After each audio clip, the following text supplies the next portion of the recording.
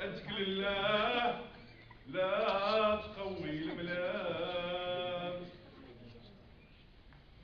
شوقي وهوايا نتحمم بغبار المسام، هناك مرابي راح روحي وهوايا. ما تشوفوا غير خزان الخيام، ما تشوفوا غير خزان الخيام، ما تشوفوا غير ناس يلعبوا ولع فيه شلا اشكال والوان.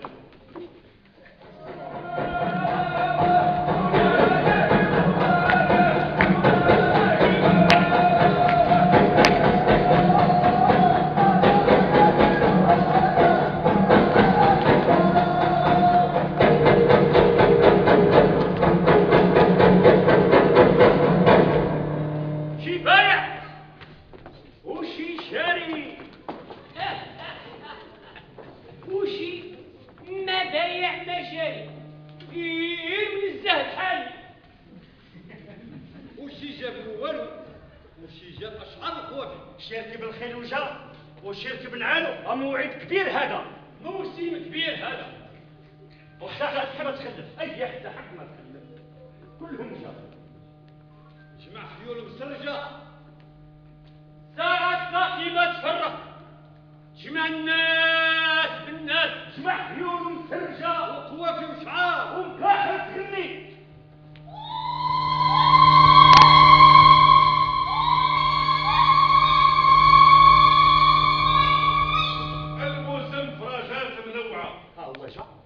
جمع خيول مسرجة ومكحل تغني. الموسم تاريخ ما كتبوه الدين، الموسم هذا حكايات ما عاودها راوي السوق ولا حكاتها الجدات. يا الحاضر موسمنا، يا الحاضر موسمنا، سرح عيونك وسير تلقى راسك في حمار الاطلس. جبال بلادي، جبال بلادي ما هي ربيع ما هي وديان. ياك سيدي جبال بلادي ما هي حزن ما هي فراغ. الله جبال بلادي شلا زمان وشلا قماش. هذا بدات بخصوص الجناح، ها جناح ينعيرو يحلق معانا بسمانها ويشوف العجايب ها عطلس. اسمي مكتوب في الحالة المدنية هو مسرحية الدقة والجنسي لا سألتو من بلاد المغرب. بالمدينة الجديد بتازا غربوا العليا فيه النجوم خرباش والشمس حقيقة والقمر. اللي هنا حفار وبالو، حفر الزرعة والحراق وسبوع وملوية، وبنيت في الزمان الخالي شلة وحسان، بنيت اسوار ومدون، بنيت صومعة عالية ما بين السحاب. ايوا والعنوان فين تسكن؟ في السماء او في الارض؟ خبرنا. عنواني اياه قريب من البحرين والشمس في اليمين. ياك الشرق جناحين والغرب جناح ثاني. داري هي قلب الدنيا. يا والميلاد ما خصهاش كان خبرنا عليه حتى هو. الميلاد، الميلاد قبل ما يكون الزمان حاضر، انا ما ادهم جوال، قبل ما يطيح الظلام على بحر الظلمات، قبل ما يموت البحر الميت. الله يرحمنا كان ميت. اما العلامات المميزه شنو يا سيدي؟ محبه الارض والجاه. احسن نسى مسكينات، زول غير عربيه مراتي اللي ما مسكينه والو. انا عطلس، انا عطلس، انا عطلس وانتم ضيوفي. من كان عنده زمان كيف يجي في السنه، واللي ما بغى فراجه ما بغى حديث يطلق سلاح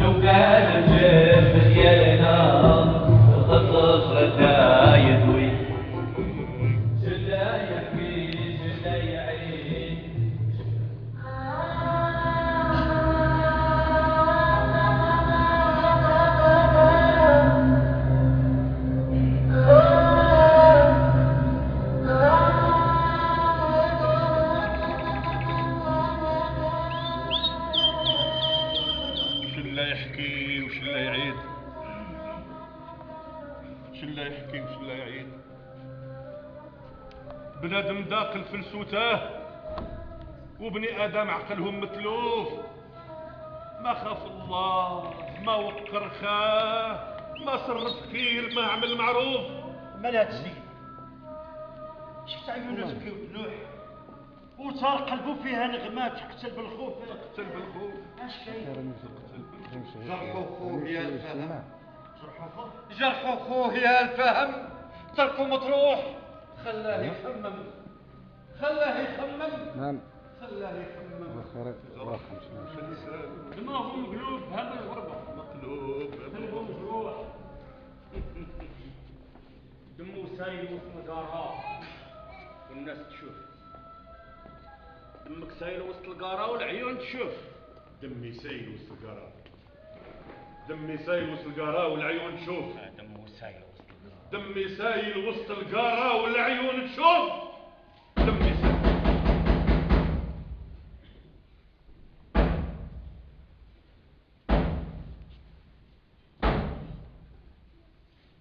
دقت ساعة البعث الأكبر، دقت ساعة البعث الأكبر. قوموا يا لابسي الكفن وساكن القبر، قوموا، قوموا يا لابسي الكفن وساكن القبر، قوموا، قوموا ولتقولوا الله أكبر، الله أكبر، الله أكبر. كنتم هباء، كنتم رميم، كنتم عظاما، كنتم سديم، فأصبحتم يا أهلي يا موالي شخصيات في مسرحية. قوموا قوموا قوموا ولتقولوا الله أكبر، الله أكبر، الله أكبر. مسرحيتي يا سادتي تنطلق أناشيد حبكتها ترددها جوقتان، جوقة الحروف النادبة تبكي موت إله الربيع، وجوقة الحروف الطيبة تغني وترقص في انتظار ميلاد الربيع، في انتظار ميلاد الربيع. هذه ليست مسرحية. ماذا؟ هذه ليست مسرحية. نحن أبطالك نرفضها. ماذا؟ باسم النقابة الخشبية نرفض يا معلم كل تعليق يقيد خطونا. غير معقول. نعم، نرفض يا مؤلف كل تأليف يقيد خطونا ويترجمون عرائس خيوط لا مرئية وأصابع تصدر فعلنا. هذا شيء نطالب بفتح المجال أمام كل شخص حوالين البطل أن يشارك في الخلق. نطالب بالحق في الارتجال والحق في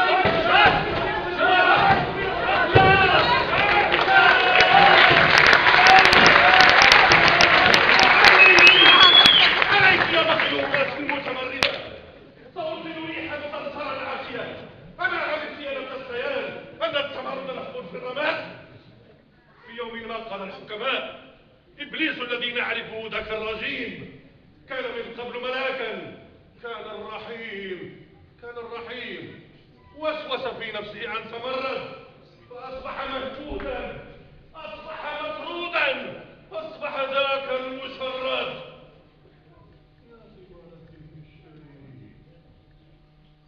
عودي يا ثمار الدهن الشريف، عودي، عودي، عودي وانتظري أن تهب رياح البعث الجديد. انهضوا، انهضوا، انهضوا، انهضوا، انهضوا. انتصبوا واقفين كما عهدناكم. كنتم صغارا وكان الحمل كبيرا ثقيلا شامخا كجبال تازة. انهضوا، كونوا الشهود والشهادات. سنرافقكم في كل الدروب والمتاهات لنحكي حكايا الوطن والمؤتمر. انهضوا. يا أيها العربي، يا أيها العربي، أهذا الحلم البؤى أم سنبلة مكسورة؟ أهذا الحلم البؤى أم سنبلة مكسورة؟ كم وعدت كم وعدت كم وعدت يا هذه الدنيا، كم وعدت كم وعدت كم وعدت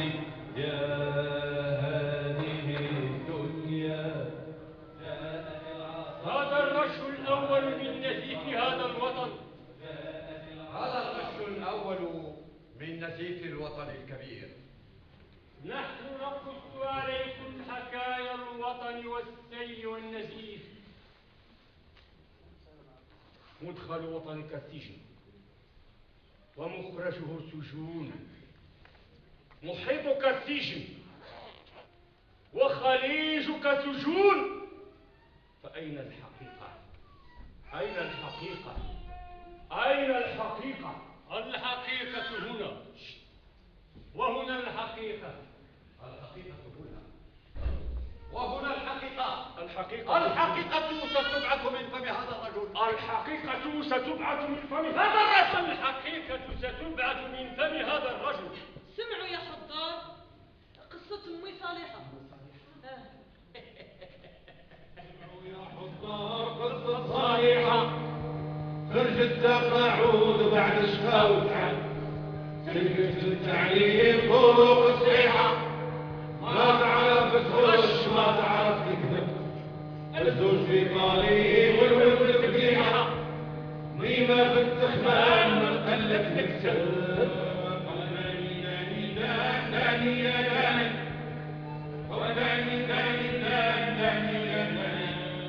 أنا هاشم ابن صالح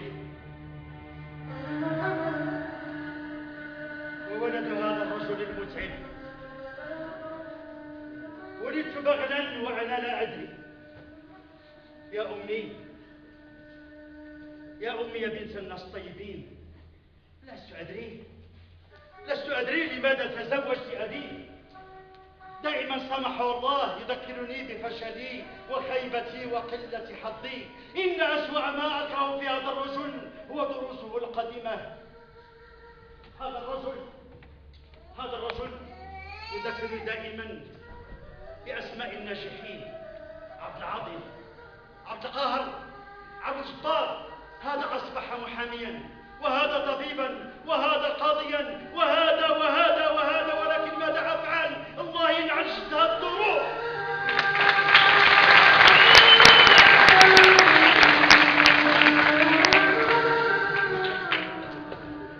توقف التاريخ يا أمي، وأصبح كل شيء معلقا في حياتي.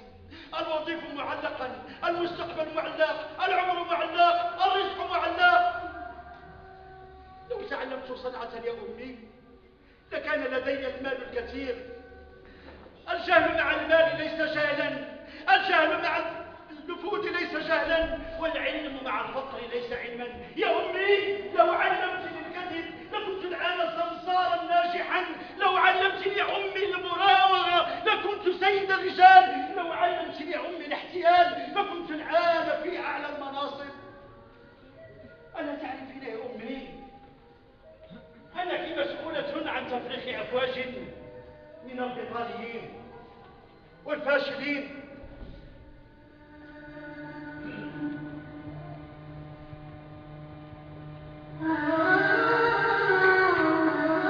مسؤولة يا أمي عن تفريخ أفواج من الهامشيين والجائعين والمحسوهين. الشغل أين هو الشغل يا أمي؟ أين هو الشغل يا أمي؟ دليني عليه وننظر عليه. جريت يا أمي، جريت. يهديك الله يا البطالة وانت يا سببي. جري وانت تسمعنا له والراحي بربي. يهديك الله يا البطالة وانت يا سببي. جري وانت تسمعنا له والراحي بربي. الله قدمت مئات من الطلبات، اجتزت المباريات، شاركت في الامتحانات، تظاهرت مع المتظاهرين، صمت مع الصامدين، طلبت حقي قمعوني، هاجرت انظرني، حرقت انظرني. يا أبي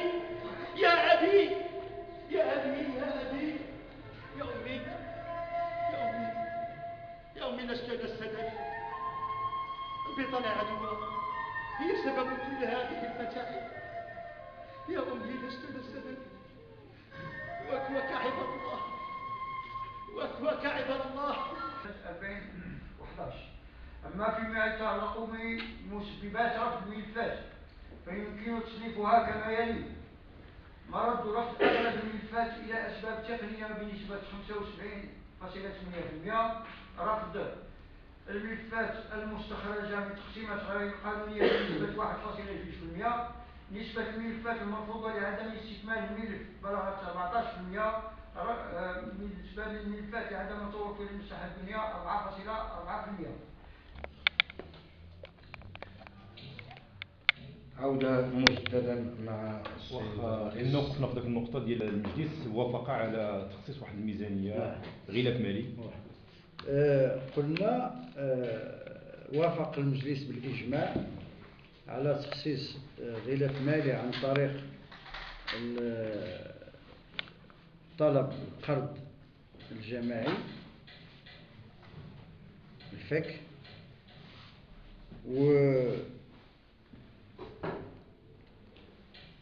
بالتشارك مع مديرية الإقليمية للتجهيز. ونأمل أن تشاركنا في هذا المشروع الذي سيكون له انعكاسات اقتصادية وتنموية على 3 جماعات، ماشي على جماعة قلدمان، على جماعة مغراوة وجماعة قلدمان، وأعتقد حتى جماعة راس القصر وبيبلان معنيين بهذه الطريقة هذه. إذا كان دابا في هذه الحالة اللي هي عليها الطريق، نجد هاد الناس هادو التجار منهم خصوصا يمرون عبرها من راس القصر ومن مغراوة ومن بويبلان. فإذا أصلحت هذه الطريق ربما سيكون انعكاسات متبادلة، انعكاسات اقتصادية إيجابية متبادلة مع هذه الجماعات ب3. وكان أعتقد أن المواطنين ديال الساكنة ديال هذه الجماعات ب4 ماشي غير ب3، قلدمان، مغراوة، راس القصر، بويبلان، كلهم ستغمرهم الفرحة إلى تم الإصلاح ديال هذا الطريق. وكنا في واحد الوقت في الولاية ديالي السابقة في 98 كنا اتفقنا أنا والرئيس السابق ديال المغراوة على أساس أننا الجزء الممتد من بشين، من السوق بشين إلى باب الأربع، غادي يتكلفوا هما الجماعة ديال المغراوة بنص، يعني 7 كيلومتر، ونتكلفوا حنا بنص 50% من هاد المسافة اللي هي 7 كيلومتر. لكن جات الأحداث كانت ماشي في صالحنا بجوج كرؤساء.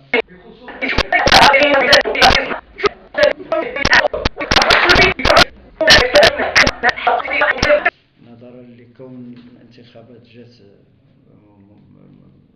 الورش الملكي للسكن الاجتماعي بقيمة 250,000 درهم، فتفعيلا للمقتضيات الدولية عدد 8826 صادرة بتاريخ 14 يونيو 2010 للسيد الوزير بخصوص السكن الاجتماعي للتكلفة المنخفضة. عملت المؤسسة بمعية ورقائها في الميدان على إيلاء هذا الموضوع العناية اللازمة لتحقيق الأهداف المرجوة بالدولية، وذلك بنهج أسلوب اللين واليسر في الدراسة القبلية والغدير للمشاريع المعروضة. وفي هذا الصدد فقد تمت المصادقة على 3 مشاريع بالنسبة لسنة 2012 بقيمة استثمارية تقدر ب 88.5 مليون درهم، بكل من تاج لفائدة أمين سكن وتاج إسكان وعين عيشة لفائدة عمران، حيث تنتج حوالي 600 وحدة سكنية. وللإشارة فقد تمت الموافقة منذ بداية هذا الورش على 6 مشاريع بكل من تاج 3 مشاريع كسيف مشروعين وتونات مشروع واحد، حيث ستوفر 1494 وحدة سكنية. بعد تقديم أهم المؤشرات المتعلقة بالتقرير الأدبي للوكالة الحضرية، نتقدم فيما يلي بالتقرير المالي، حيث سيهم تنفيذ ميزانية 2012 مع مشروع ميزانية 2013. فيما يهم تنفيذ ميزانية السنة المالية 2012، تميزت السنة المالية 2012 بما يلي: ارتفع الغلاف المالي المخصص لسنة 2012 إلى مبلغ 31.7 مليون درهم، بلغت نسبة الإنجاز المتعلقة بميزانية التسيير 97.16%، وقد ارتفعت هذه النسبة إلى 61.50% فيما يتعلق بميزانية التجهيز، وهي من أعلى النسب التي حققتها الوكالة منذ سنوات. هناك دائما تأخير في تحصيل المتأخرات المتبقية في ذمة الجماعات المحلية لفائدة الوكالة الحضرية ومتبعة اتفاقية الشراكة المبرمة مع هذه الجماعات. فيما يخص الموارد، ارتفعت المبالغ المحصصة إلى مبلغ 26 مليون درهم بنسبة تحصيل بلغت 81% موزعة على حسب الجدول التالي: الموفور بالخزينة إلى غاية 31 دجنبر 2012 3.6 مليون المداخيل المرتقبة والمداخيل المحصرة أي بنسبة تحصيل نسبة 100%. إعادة تسيير برسم سنة 2012 كذلك نسبة تحصيل 100%. إعادة تسيير التكميلية برسم سنة 2012 بنسبة 30%، أي المداخيل اللي كانت مرتقبة 5 مليون والمداخيل المحصرة 1.5 مليون درهم. مساهمة الدولة برسم سنة 2012 100%. مساهمة الدولة التكميلية برسم سنة 2012 كذلك 100% نسبة التحصيل. مداخل ذاتية 83%. مداخل واجب تحصيلها 13%. المجموع 31 من المداخيل المرتقبة، ثم المداخيل المحصرة 26 أي بنسبة 81%. بالنسبة للمصاريف فقد ارتفعت مصاريف التسيير إلى 19.8 مليون درهم من اعتمادات مفتوحة قدرت في 20.4 مليون درهم موزعة كموالي. مشتريات مستهلكة من مواد ولوازم 92% بنسبة الإنجاز. تكاليف خارجية أخرى تم الإنجاز بنسبة 86% مما مبلغه 1.3 مليون درهم. ضرائب ورسوم 96%. تكاليف الموظفين 99%. المجموع بالنسبة الإنجاز 97%. فيما بلغت نفقات التجهيز 3.8 مليون درهم من أصل اعتمادات قدرت في 6.2 مليون درهم موزعة كما يلي: الأصول الثابتة المعنوية تقريبا نسبة الإنجاز 56.7%. الأصول الثابتة المادية نسبة الإنجاز 93.54%. النسبة العامة للإنجاز 62%. يلاحظ أن هناك ارتفاع في نسبة الإنجاز مقارنة مع سنة 2011 بفضل ما أصبح التوفر عليه هذه الوكالة الحضرية من وسائل تدبيرية على حيث وكذلك وسائل تدبيرية وبفضل هذه الوسائل التدبيرية ستستمر الوكالة الحضرية في بذل المزيد من الجهود في المستقبل من سنوات من أجل الرفع من جودة خدماتها الموجهة لكل الزبناء الذاتيين والمؤسساتيين بدائرتها الترابية. فيما يهم الشق المتعلق بمشروع ميزانية 2012 ستواصل الوكالة الحضرية للتجارة القيام بالمهام المنوطة بها بمقتضى السنة المالية 2012 في إطار مقاربة تعتمد على عقلنة وترشيد نفقاتها. ورغم ما تعانيه المؤسسة من قلة في الموارد إلا أنها تعمل على تجاوز هذا العائق عن طريق اكتساب المزيد من الوسائل التدبيرية الحديثة التي من شأنها الرفع من فعالية ونجاح تدخلها. مشروع ميزانية 2013 كما وجه في آخر صيغة للجهات المختصة: الموفور بالخزينة إلى غاية 31 دجنبر 2013 2.7 مليون درهم. إعادة تسيير برسم سنة 2013 18 مليون درهم.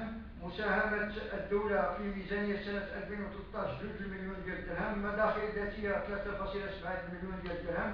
الباقي استخلاصه 2.5 مليون درهم. ميزانية تكميلية 3 مليون درهم أي ما مجموعه 32.1 مليون درهم. وفيما يلي الجدول التفصيلي للنفقات عن ميزانية 2012 كما وجه في آخر صيغة له. فيما يخص نفقات التسيير تقريبا 22.7 مليون درهم. نفقات التجهيز 3 مليون درهم. الباقي المجموع 32 مليون درهم. وفي الشق الذي يهم قانون الأطر عن سنة 2012 فالوكالة الحضرية تضم 79 إطار تمت إضافة إطارين بالنسبة للسنة المالية ديال 2012 لسد الخصائص الحاصلة على صعيد ملحقات الوكالة الحضرية بكرسي. فيما يهم الموارد البشرية سير عدد الموظفين الممارسين مع بداية السنة المالية 2012 77 موظفا موزعين حسب المجال كما يلي: 97 موظفا بمقر الوكالة الحضرية لتازا، 8 موظفين بملحقة توناش، 2 موظفين بملحقة قرسيم. بلغ عدد مناصب المسؤولية 30 منصبا، وكل منها 25 منصبا للرجال، فيما حظي العنصر النسوي ب5 مناصب أي بنسبة 17%. ويمكن اعتبار هذا المؤشر إيجابيا إذا ما قورن بعدد النساء العاملات بالمؤسسة والذي لا يتجاوز 30% من مجموع الموظفين والمستخدمين. تتميز الموارد البشرية للوكالة الحضرية لتازا بتنوع كفاءتها وتخصصاتها، فالوكالة تتوفر على المهندسين والجغرافيين وقانونيين واقتصاديين وغيرهم. هدفهم هو توحيد جهودهم من أجل تنفيذ المهام الموكولة إلى هذه الوكالة الحضرية بأحسن الظروف. ارتفعت نسبة تأثير المؤسسة إلى 50%، وهو مؤشر يدل على أن المؤسسة تركز في اختيار أطرها وأعوانها على النوع وليس فقط على الكم. يشكل التكوين حلقة أساسية للرفع من القدرات المعرفية والمهنية للأطر ومستخدمي المؤسسة. وعلى غرار السنوات الفارطة فقد أعدت برنامج سنوي للتكوين خصصت له مبلغ إجمالي قدره 120,000 درهم، وتتعلق الدورات التكوينية المبرمجة من مجالات متنوعة منها الهندسة المعمارية ودراسة التهيئة العمرانية وتهيئة المجال وسياسة المدينة والمحاسبة والإعلاميات والتواصل والجودة. نمر الآن إلى برنامج العمل بالنسبة لسنة 2012. بخصوص برنامج العمل برسم سنة 2012 فإنه يتضمن 114 عملية، منها 94 عملية ثانية سيتم استكمالها، و20 عملية جديدة تهم وثائق التعمير والمشاريع وبعض الدراسات العامة، إضافة إلى المشاريع الحضرية والتقويم التعميري. بعد حصولها على شهادة الجودة وتموقعها بشكل محوري في محيطها المؤسساتي، ليس للوكالة الحضرية لتازا من خيار سوى الاستمرار في نهجها الرامي إلى تحقيق أعلى مستوى من الفعالية والنجاح، وبفضل ما تتوفر عليه من أدوات تدبيرية عصرية وديناميكية أصبح بإمكان الوكالة تقديم قدراتها العالية واستشراف المستقبل بطريقة توفر لها جميع الظروف لتستجيب لحاجيات زبنائها.